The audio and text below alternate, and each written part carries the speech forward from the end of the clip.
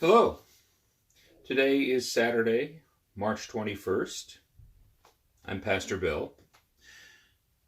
We are going to try to upload daily or almost daily video reflections, moments of inspiration, to be aired at 3:09 every day, the day on which our congregation at Holy Trinity is invited to pause for a moment of prayer. And during this time of coronavirus and social isolation and moratorium on public worship and all that, we're going to try to turn our attention to the fact that we're impeded from meeting publicly and that there's some need for some extra spiritual care done remotely.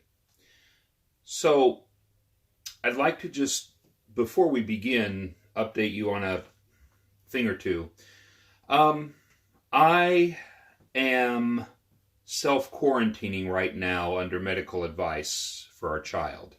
To be clear, I am not symptomatic. I am not sick myself. There was a minor illness in our family last week, and our pediatrician has advised us that we should self-isolate, just in case, just to be safe, as is the common guidance these days. So I am not available to be at the church office, as I had previously announced. This 14-day isolation quarantine will lift on April 2nd. So after that date, God willing, I should be available again and circulate in public and keep regular office hours.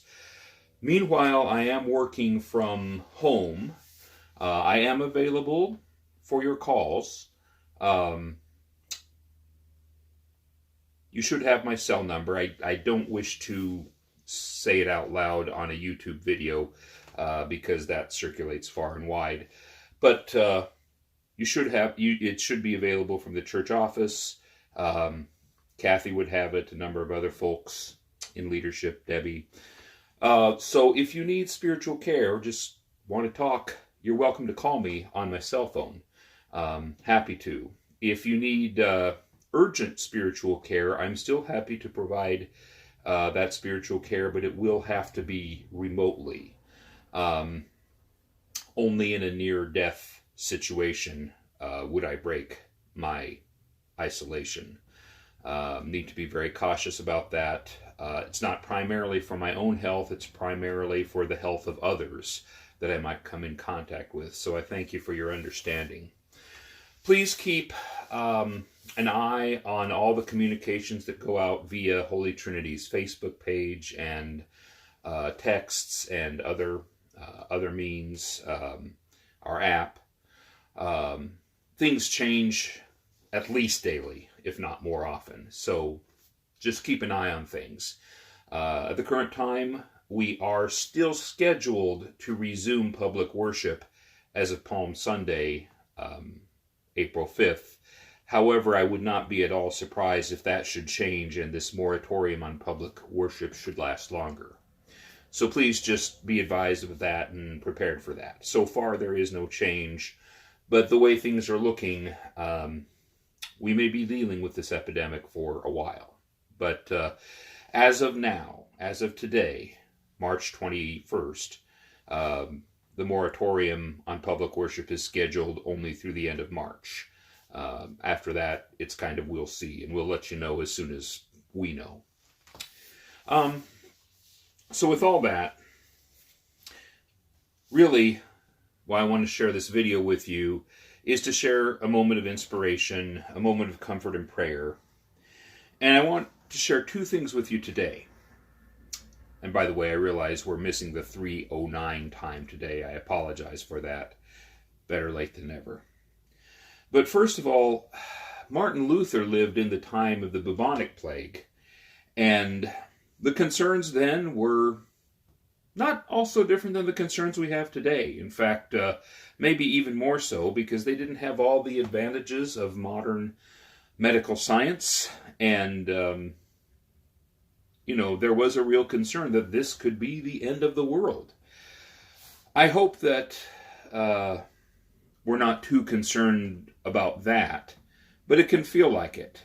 We do wonder what's going to happen next. How long are these measures going to be in place, and where will the world go once we step outside and stop self-isolating? Will it be changed forever? What will we do next? And we don't really know. So Martin Luther had some very timely words in terms of what our faith has to say about this. In writing a letter about what to do in times like this, in a time of pandemic, he writes, "You ought to think this way. Very well. By God's decree, the enemy has sent us poison and deadly offal. Therefore, I ask God mercifully to protect us. Then I shall fumigate, help purify the air, administer medicine, and take it. I shall avoid places and persons where my presence is not needed, in order not to become contaminated, and thus perchance infect and pollute others, and so cause their deaths as a result of my negligence.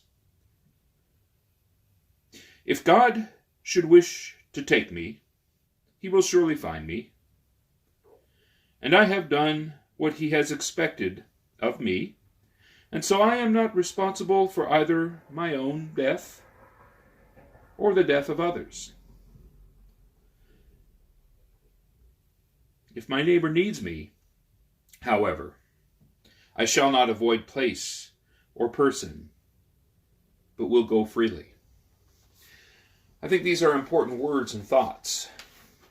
We're not to neglect our neighbor's need simply out of concern for our own selves and our health, but at the same time, we ought not think so highly of ourselves.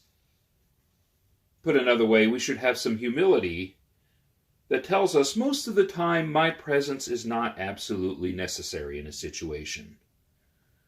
Others can cover it, or I can tend to a situation remotely, or it can wait. Most of the time, my presence is not absolutely necessary because God is present. Therefore, I have a responsibility to consider these public health measures and guidances. In all humility, I need to take care of myself, fast from my usual busyness, and fasts are, of course, appropriate during this Lenten season, and maybe tend to some affairs in my life that have been neglected. My relationship with my family, catch up on some work that maybe I've been avoiding by means of busyness, and engage in a little more prayer time, a little more reflection. And I'd like to then also share with you a reflection from the 20th century Roman Catholic priest and spiritual author Henry Nouwen. And I want to say too, this one has nothing to do with coronavirus or self-isolation or anything like that. I think it's important that we not forget that coronavirus is not the only thing going on these days. We still have our normal situations and affairs and problems to deal with, and we dare not neglect to tend to spiritual care on all fronts. So I want to be intentional about sharing some things that don't have anything at all to do with coronavirus, because our usual normal prayer concerns still continue. They haven't taken a break. They're not distancing themselves from us just because of coronavirus. So this is more of a Lenten reflection. And this is called, I Love You, I Love You, I Love You. Now this is not, I did not write this, Henry Nouwen wrote this. The voice of despair says, I sin over and over again. After endless promises to myself and others to do better next time, I find myself back again in the old dark places. Forget about trying to change. I have tried for years. It didn't work, and it will never work. It is better that I get out of people's way, be forgotten, no longer around, dead. This strangely attractive voice takes all uncertainties away and puts an end to the struggle. It speaks unambiguously for the darkness and offers a clear-cut, negative solution. But Jesus